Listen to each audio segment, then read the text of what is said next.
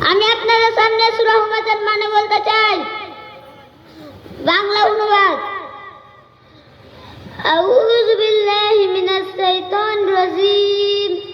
বিসমিল্লাহির রহমানির রহিম।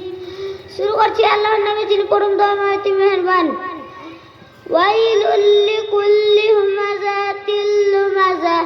বিপদ সেই সমস্ত সমালোচনা ও উপহাসকারী ব্যক্তির জন্য।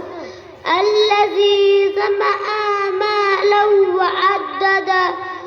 যে টাকা জমা এবং তার হিসাব গুনে গুনে রাখে। ইয়াহসাবু আন্না মালাহু আখলাদা। না, অবশ্যই সে নিক্ষিপ্ত হবে। সে মনে করে তার মাল মক্কাতে তাকে চিরকাল বাঁচিয়ে রাখবে।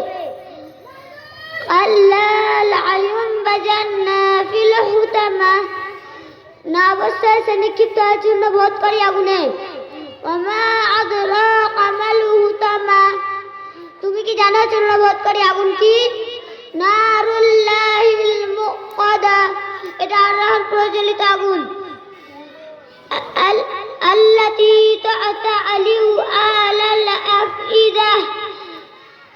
যে হৃদয়গুলোকে পৌঁছায় এবং তার মধ্যে প্রবাহিত হয়।